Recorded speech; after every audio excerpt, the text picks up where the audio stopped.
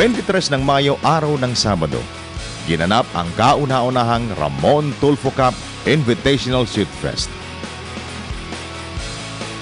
Dinaluhan ito ng mga kilalang personalidad sa larangan ng shooting competition at sa kasaysayan ng palarong ito sa Pilipinas. Ito lamang ang dinumog na mga shooters na umabot sa halos 500. Ang On Target Shoot Fest ay pinangunahan ni veteran journalist Ramon Tulfo dahil sa kakaibang adhikain. Naisip ko ito dahil upang matustusan yung mga pangangailangan ng mga taong lumalapit sa akin. Kaya naisipan ko itong Shoot Fest. At bawat kalahok at manlalaro sa okasyong ito, itinuturing na Good Samaritan dahil sa kanilang kontribusyon para sa pondo ng Ramon Tulfo Good Samaritan Foundation Incorporated. Maganda kasi ito kumbaga for this week, tournament na meron tayo.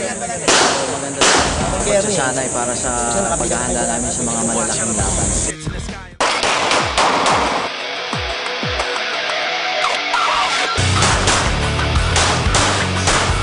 Hindi biro ang mga participants sa nasabing shoot fest. Mula sa novice o beginners hanggang sa mga well-known professional shooters.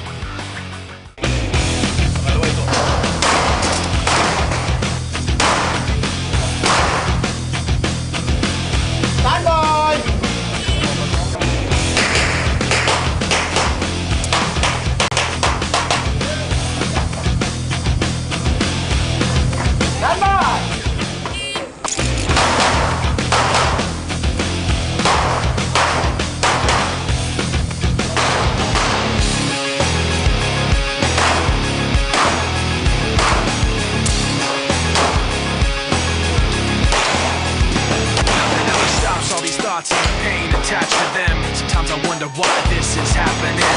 It's like nothing I can do to distract me when I think of how I shot myself in the back again. Cause from the infinite words I can say, I put all the pain you gave to me on display. Didn't realize, instead of setting it free, I took what I hated and made it a part of me. Narito rin ang pinakabatang shooter ng buong Pilipinas.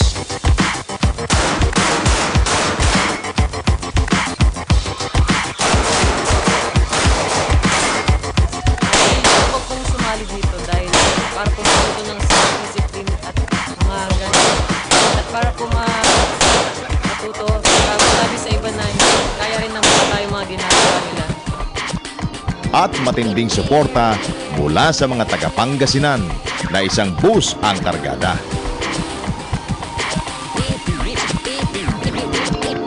Actually, nabitahan po kami ng staff ni Tulfo, Alin Ferrer.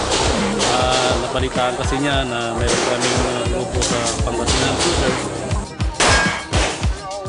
Bilang isang pulis, hindi lang dapat dalubhasa sa handgun, maging sa long gun para naman hindi maging inosente ang ating kapulisan at handang makipaglaban sa mga kriminal.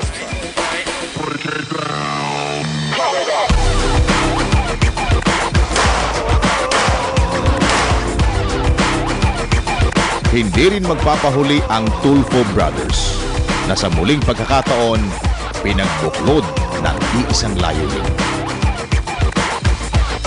Nagpapasalamat ako yun sa mga nag-participate at saka yung mga tumulong na to make the Shoot Fest possible.